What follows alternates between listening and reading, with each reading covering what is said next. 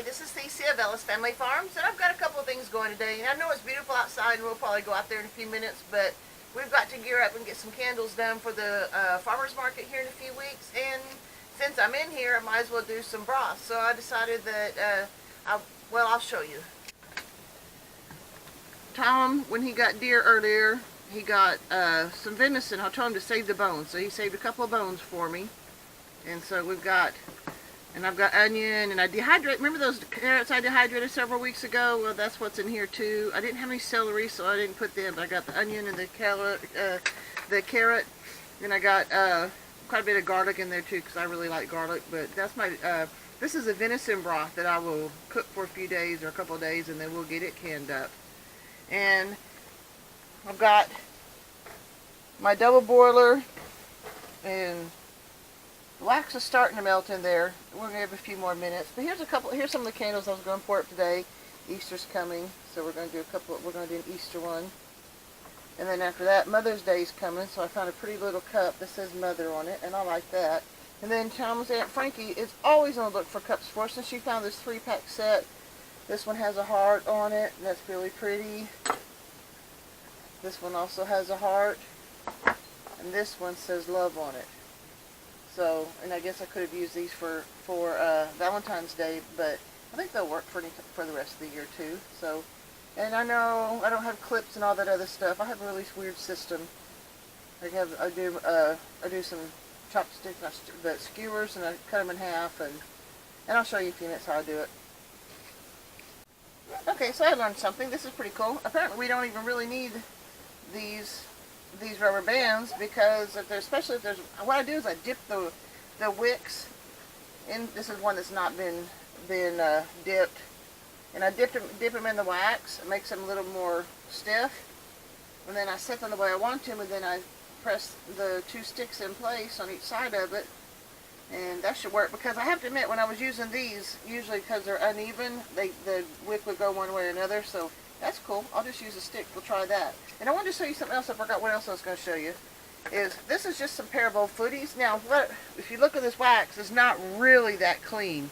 These guys pull the wax out of the hives, and they melt it down. But see, there's all kinds of crud on the bottom of it, and I don't want that in my candles. And there are various ways of filtering, but I've discovered that the easiest way, and it saves step 2, because some people go, oh, you should filter first and then remelt it. It's like, no, let's melt it once and filter it while we're pouring it into the cup, and it makes nice and clean waxes. But you know, little footies, and this is one of those things you would for canning. You know, it's kind of a funnel, but it's not really not a real narrow funnel, and that works pretty good for filtering out the wax, and I like that. And we'll do that here in a few minutes too, especially as it's beginning to get melted down pretty good. Okay, so the lessons keep happening. If you don't pay attention, I dumped this back out because I accidentally filled it so full that it was way too full. So I'm going to figure out a way to get that cleaned out and start all over with it.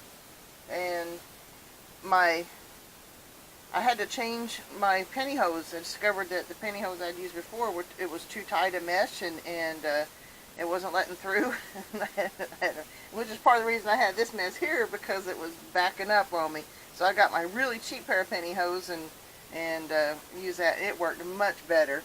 So I've got some messes here that I'm going to clean it up, but now I'm going to try to leave these alone, because if you jostle them too much, isn't that cool? Because I poured this one and then that one, and you can still see where they're still, but I mean, I poured them right after another. So these are going to start changing and getting a little bit lighter, like this one too.